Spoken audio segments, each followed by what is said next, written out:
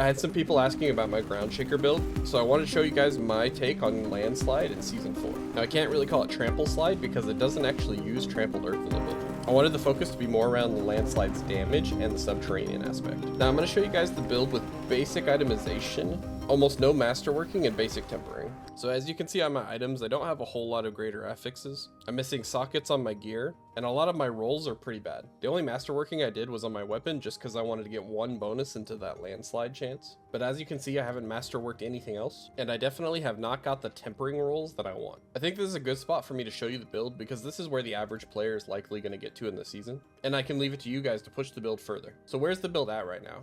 As you saw in the intro, it clears tier 100 nightmare dungeons, and for the pit, I cleared up through 54. It's still clearing the mobs in the pit quite well, but it's actually starting to slow down a little bit on the bossing. There are things you can do to improve the bossing, like running the Earthbreaker ring instead of the Erides, but for the most part I can't improve it too much without better itemization. I'm still missing a whole lot of power. For example, I don't even have Landslide on my gloves, but hopefully that gives you a sense of where the build's at. Now before we get into the specifics, let me show you something in Mobalytics.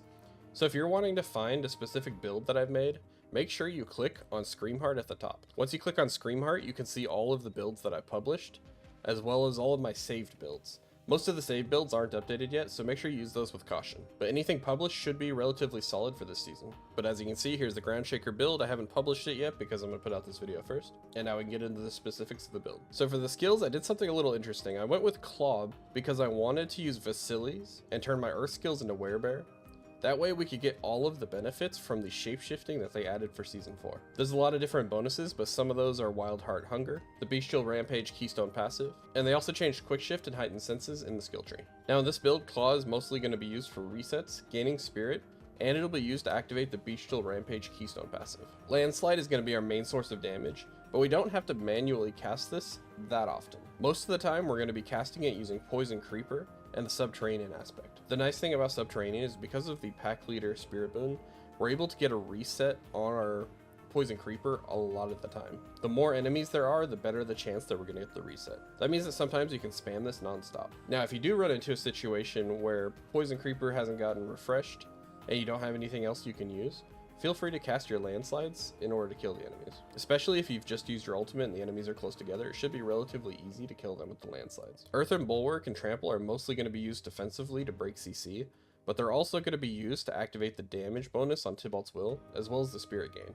And then for our ultimate, Petrify is going to be stunning all of the enemies. It also increases our damage to them. And because we're using Erides, it's also going to pull the enemies to us. So don't be afraid to use the ultimate all the time. For the spirit boons, we're going with Wariness, Iron Feather, Avian Wrath, Pack Leader, and Calm Before the Storm. For our items, we're going with Vasili's Prayer, Aspect of Might on the chest, Aspect of the Aftershock for the gloves, Tybalt's Will for the pants, Wild Heart Hunger for the boots, Aspect of Changeling's Debt for our weapon, Aspect of Retaliation on our amulet, Subterranean Aspect on one of the rings, and Erida's Inexorable Will on the other ring. Now I know some people just like having the Trampled Earth, so if you really want to throw Trampled Earth back into the build, feel free to take out Retaliation. It's going to lower your overall damage, but you're going to have those extra casts of Landslide whenever you use Trample. I didn't feel like the investment was worth it because I'm not going with the Nature's Fury Keystone passive, which means we're not getting the resets in order to be able to use Trample more often. Don't forget Mobalytics has this handy little tab here for the gear stats where you can look at all of the detailed stats.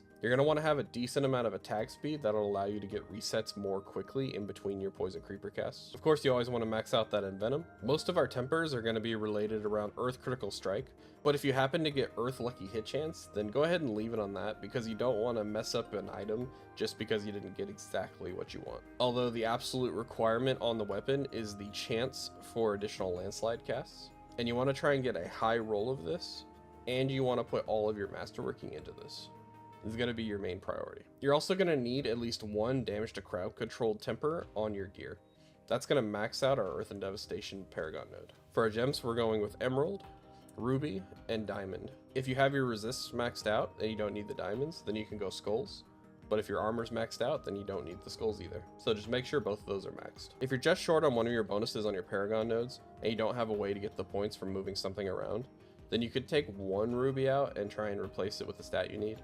But be careful here because the rubies are a lot of life. We already talked about the gameplay loop, but it's written here if you need it. And then for our skill tree, for a claw, we're going to go to Wild Claw. We're going to max out Wild Impulses, We're going to max out Landslide. We're going to be going to Primal Landslide. We're going to get a couple points in Predatory Instinct, and we're going to max both of these passives. We're going to get 1 point in Earthen Bulwark and 1 point into the Unstoppable. We're going to max out Vigilance. And here you could toss an extra point if you need the resist, but I typically leave this at 1, and I only move points around if I need it. For a Poison Creeper, we want to have 1 point in Brutal Poison Creeper, and that's going to allow us to have a more consistent chance of getting resets because of the increased critical strike chance. We're going to put 1 point in Trample, max out Envenom, put 1 point in Toxic Claws, max out Stone Guard, and put 1 point in Safeguard. We're going to put all 3 points into our ultimate, then we're going to max out Defiance and Natural Disaster. We're also going to be maxing out Quick Shift and Heightened Senses. Finally, for our Keystone passive, we're going with Bestial Rampage, and you're going to want to make sure you keep both of the bonuses from this up the entire time you're fighting. It should be relatively easy with the way I have this build set up, but you can always cast either Claw or Landslide when you're running between enemies in order to get one of the bonuses that you don't have.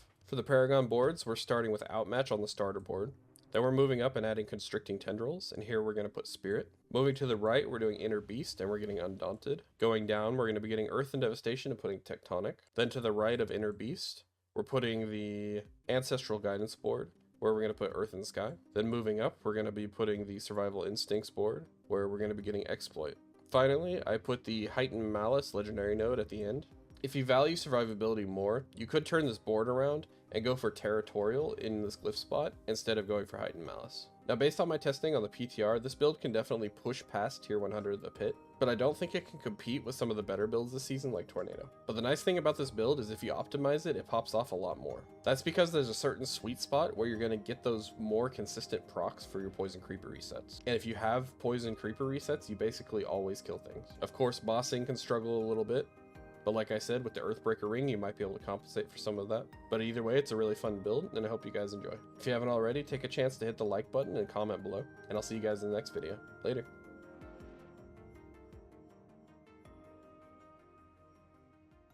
This COVID won't leave me.